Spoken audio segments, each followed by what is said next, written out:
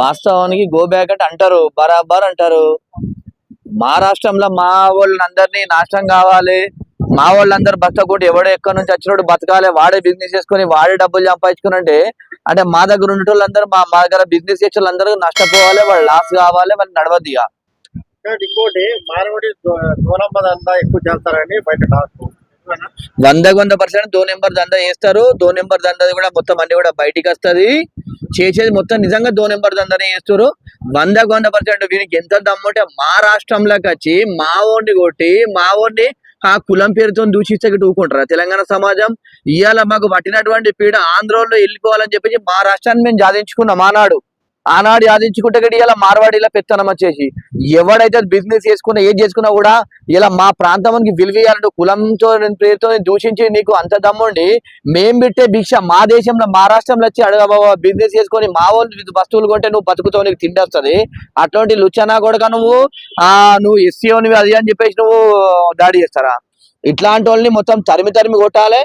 ఎవడైతే సపోర్ట్ చేస్తుండో వాడిని కూడా కొట్టురు ఇలా ప్రజలారా. ఎందుకంటే ఇలా మా దగ్గర ఉన్నటువంటి బిజినెస్ చేసుకోవద్దు, మా వాళ్ళు డెవలప్ కావద్దు, మా వాళ్ళు ఉన్నతమైన స్థానంలో ఉండద్దు అంటే మా బిజినెస్ అంటే పోయి మీకు మేము వచ్చేసి మీరు మా సంపదనంతా దోసుకొని మీరు పోతారు. కానీ మా వాళ్ళు బతకద్దు, ఇక్కడ మా వాళ్ళు బిజినెస్ చేసుకోవద్దు, మా కోంటోళ్ళు బతకద్దు. ఇవాళ మా కోంట్లు బతకద్దు. ఇవాళ ఎవడు ఎక్కడి నుంచి వచ్చిన వానికి అందరికీ ధనం. ఇప్పుడు ఆనాడు బ్రిటిష్ కాలంలో ఉన్నప్పుడు ఏమన్నారు, ఈ బ్రిటిష్ వాడు వద్దు మన దేశాన్ని పరిపాలించుకొని సంపాదన దోసుకొని పోతున్నా అన్నప్పుడు మా రాష్ట్రంలోకి వచ్చి మా సంపాదన దోసుకోబోతున్నప్పుడు మేమెందుకు ఊరుకుంటారా? నాకు అర్థం కాదు. అంటే మరి అప్పుడు బ్రిటిష్ వాళ్ళ పాలనే బాగుండంటే బాగుంటుంటే కదా. అంటే అంతమంది వేలాది మంది లక్షలాది మంది ప్రాణాలను తరిపించి దేశాన్ని మనము సాధించుకున్నాము. ఇవాళ ఉన్నటువంటి మా తెలంగాణ సమాజంలో ఇట్లా జరుగుతుంది. మా తిండి తింటారు, మా దగ్గర రోగుతారు, మా వాళ్ళ మీద దాడి ఎత్తుకుంటారా? ఎవడైతే దాడి ఎత్తుండో కొడుకుని తరిమిట్టు అయితే వానికైతే ఎవరు సపోర్ట్ చేస్తుండో వాళ్ళనే కొట్టుండ్రి ప్రజలారా. తెలంగాణ సమాజం అంతా ఎవడో బతికొచ్చిన కోసం ఎక్కడి నుంచి వచ్చిన కోసమే వానికి మీరు సపోర్ట్ చేస్తారు. మన దేశంలో పుట్టిన బిడ్డ, మన రాష్ట్రంలో ఉన్నటువంటి బిడ్డలు, మన రాష్ట్రంలో ఉన్నటువంటి పుట్టిన బిడ్డలు మన రాష్ట్రంలో సంపాదన దోసుకుంటూ సపోర్ట్ చేస్తారా? ఇవాళ చూసుకొని ఎవడైతే సపోర్ట్ చేస్తుండో ఇవాళ దళితుల మీద కానీ బీసీల మీద కానీ అగాత్యం దాడులు చేసిన కొడుకుని ఎవరిని కూడా వదిలిపెట్టద్దని చెప్పి నేను తెలియజేస్తున్నా తెలంగాణ సమాజానికి. ఇలా మన దగ్గర సంపద అంతా దోసుకపోయి అందరు వాళ్ళకి పెట్టారు. ఇవాళ ఎంత దుర్మార్గమైనటువంటి పరిస్థితి ఉంది ప్రజలారా. ఎవడైతే మనల్ని అహంకారంతో కులాహంకారం దురహంకారంతో చేసిన దుకాణాల వస్తువులు కొనకండి, వాళ్ళ షాపులలో గోకూరి. ఎవడైతే రాజకీయ పరంగా రాజకీయ లబ్ధి కోసం వాళ్ళకు మార్వాడిలకు సపోర్ట్ చేసి ఉండో వాడిని ఓట్లు వేయకూరు, వాడిని నెక్స్ట్ ఓడగొట్టాలని చెప్పేసి నేను తెలంగాణ సమాజాన్ని కోరుకుంటున్నా. అంటే ఇప్పుడు మార్వాడి చేసింది రాంగే. నువ్వు కులంతో ఎట్లా చేస్తావా? ఇలా గుర్తుపెట్టుకుని చిన్న ఎగ్జాంపుల్ చెప్తా.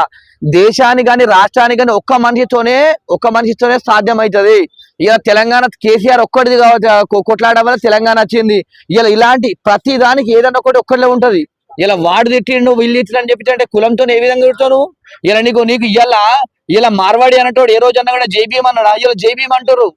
ఎవడది ఇలా బిజినెస్ మన ఇక్కడ నుంచి ఎలా కొడతారని ఇంటెన్షన్ దొంగ మాటలు చెప్పుకుంటే జైబీఎం అని ఇప్పుడు మాట్లాడుతారు. మీ మనస్ఫూర్తిలోకి వెళ్ళి చెయ్యరా? మరి మీ మార్వాడి అమ్మాయిలు ఎస్సీ పిల్లలకి ఇయ్యరు ఇలా జైబీఎం అని మాట్లాడుతారు. ఇలా అప్పుడు తెలియదు. ఇవాళ గుర్తుపెట్టుకోవాలి, ఎవడైతే కులాంకారంతో మాట్లాడిన లుచ్చానా కొడుకుల్ని ఎవరైనా తరిమి కొట్టాలి. అలా అంటే ఇప్పుడు ఫైనల్ గా మార్వాడి ఉండనిచ్చిన బతుకుతే బానిస లెక్కనే బతుకు. నువ్వు కులంతో నువ్వు ఈ కులము ఆ కులం పెట్టి దూషితే కొడుకులారా దుకాణాల తెలంగాణ ప్రజలు ఒక్కరు కూడా పోరు పిలుపునిస్తే. ఇలా ఏదో మీరు ఇష్టాంతరము ఎస్సీఓని ఇలా సికింద్రాబాద్ నడిబొడ్డున నువ్వు మా ఎస్సీఓని అని చెప్పేసి నువ్వు కులమాంకాతో ఎంత ధైర్యం రా నీకు? ఇవాళ నువ్వు ఇష్టాంతరం అని అట్లాంటి వాళ్ళని గవర్నమెంట్ చాలా శిక్షించాలి. అవసరమైతే కూడా తెలిసిన వాళ్ళని కూడా ఆ ప్రాంతంలో ఉన్నటువంటి చుట్టుపక్కల 20-30 సంవత్సరాలు తెలిసిన వాళ్ళని కూడా కొట్టిరంటే వీళ్ళకి ఎంత ధైర్యమయ్యా? ఎవరిని తీసుకొని ధైర్యం వీళ్ళకు? ఎస్సీల సమాజం కానీ ఎస్సీ బీసీలు గిట్ట ఒక్కసారి పిలుపునిస్తే కొడుక మీకు మీ ముక్క కూడా దొరకదు ఒక్కొక్కని.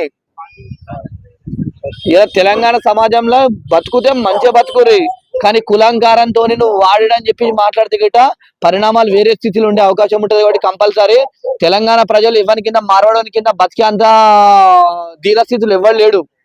ఇలా మహారాష్ట్రకి వచ్చి మీరు బతుకుతున్నారు, మీరు అడక తినడానికి కోసం వచ్చారు తప్ప ఇలా తెలంగాణ ప్రజల సమాజంకి మీరు ఇచ్చేటువంటి లుచ్చానా జాబులు ఎవరికి అవసరం లేదు. ఇలా ఎందుకంటే మా వాళ్ళు కూడా చదువుకున్నారు, మా వాళ్ళు కూడా సాఫ్ట్వేర్ రంగాలు ఉన్నారు, మా వాళ్ళు కూడా ప్రతి రంగాల్లో కూడా ఉన్నతమైన స్థానంలో ఉన్నారు. కాబట్టి కంపల్సరీ ప్రజలారా వీళ్ళ దుకాణాలకు పోకురి. మోసాలు మొత్తం ఇదంతా. ఓకే. రైట్.